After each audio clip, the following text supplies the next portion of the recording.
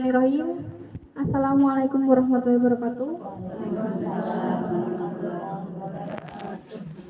Wassalamu ala asrafil anbiya'i wal mursalin wa ala alihi wa sahbihi ajmain amma ba'du. Puji syukur kita panjatkan kepada Allah Subhanahu wa taala yang telah memberikan rahmat dan hidayahnya sehingga kita dapat berkumpul di sini dengan keadaan sehat dan sehat walafiat. Kita aturkan junjungan kepada Nabi Muhammad SAW yang telah membimbing kita dari zaman jahiliyah hingga ke zaman zakiyah. Jadi pada malam ini izinkan saya Nala Izati, salah satu mahasiswa UIN Wali Songo, untuk memberikan sedikit ilmu ya Bu ya. Ya, di malam ini saya akan bahas tentang jihad dalam melawan kerusakan alam. Ibu-ibu pasti banyak ya yang mungkin sudah merasakan atau bahkan melihat dan menonton berita-berita yang membahas tentang kerusakan alam di Indonesia. Iya Bu? Ya. Salah satunya apa Bu yang dirasakan gitu dari kerusakan alam itu?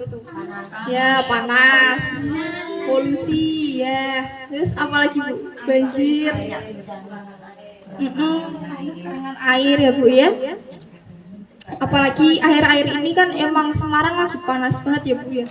Bahkan di internet itu ada kayak survei yang menunjukkan Semarang itu jadi nomor 1 terpanas se-Indonesia ya Bu ya. Nah itu juga salah satu bentuk dari kerusakan alam yang disebabkan oleh tangan-tangan manusia dan akhirnya berakibat pula kepada para manusia itu.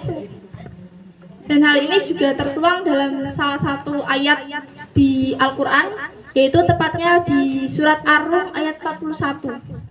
Di situ disebutkan yang artinya terjadi kerusakan di alam, di darat ataupun di laut yang disebabkan oleh manusia. Nah, melalui ayat itu kita diberikan peringatan untuk lebih menjaga alam, untuk bertanggung jawab terhadap lingkungan sekitar kita. Lalu dengan kerusakan-kerusakan yang ada, kira-kira apa Bu solusinya kayak gitu? Ya, penghijauan. Iya, betul, sampah.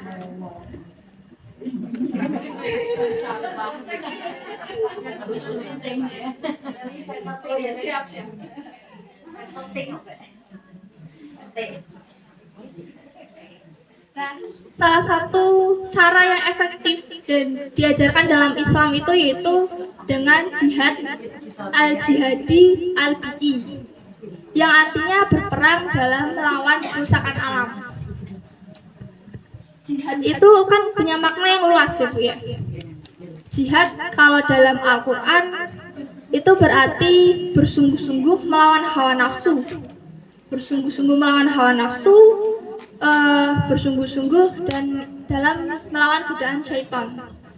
Ada pula arti dari jihad yaitu mati di jalan Allah.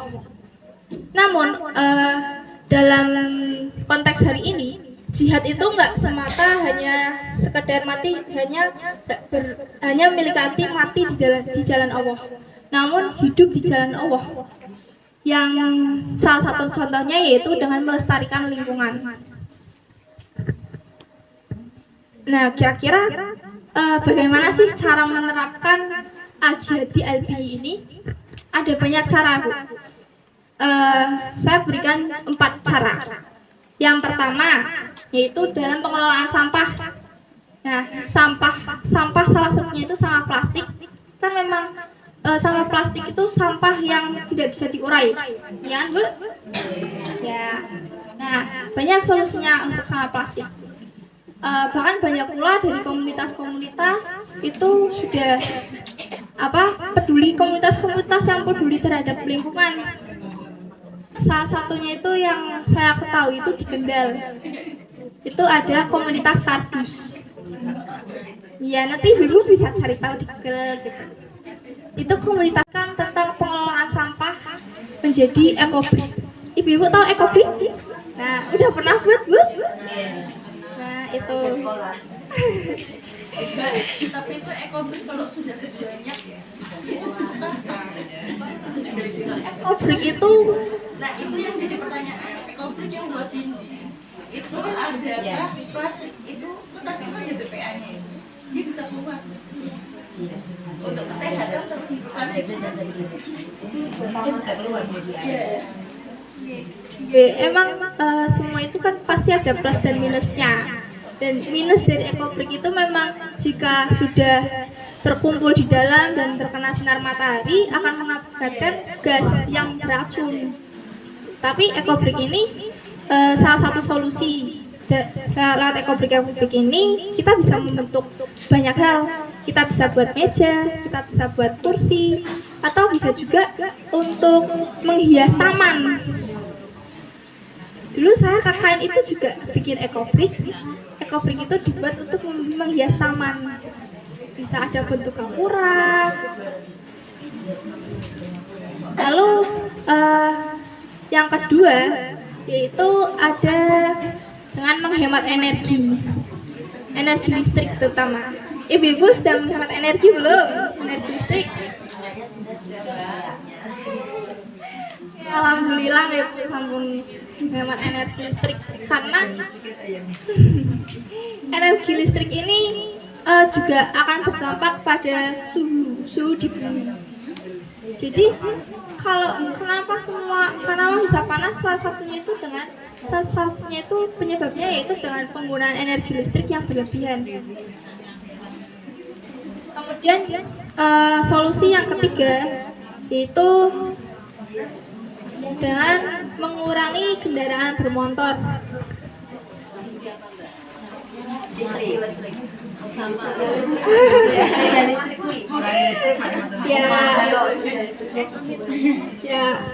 Kalau untuk yang lebih mahal ya bisa itu. Tapi kalau ada Bu solusi yang lebih murah daripada kendaraan listrik, pertama yaitu BRT. Nah, BRT ya,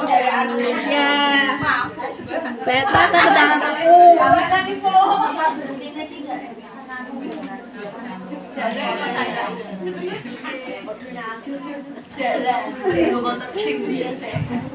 Selain naik BRT bisa naik sepeda sekaligus buat olahraga atau jalan kaki gitu.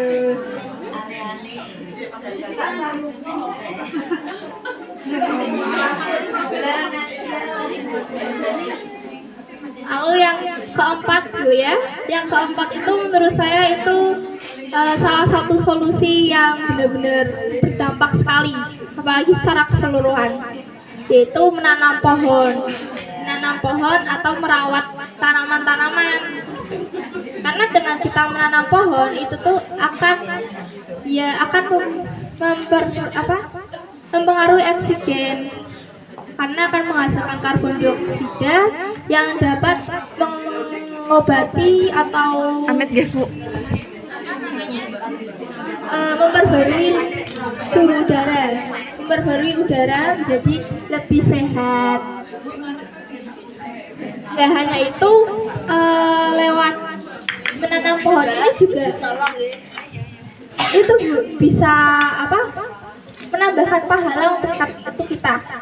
Karena menanam pohon itu salah satu cara kita untuk merawat bumi. Sekian yang dapat saya sampaikan. Mohon maaf bila ada salah kata. Wabillahi taufik wal hidayah. Wassalamualaikum warahmatullahi wabarakatuh. Waalaikumsalam.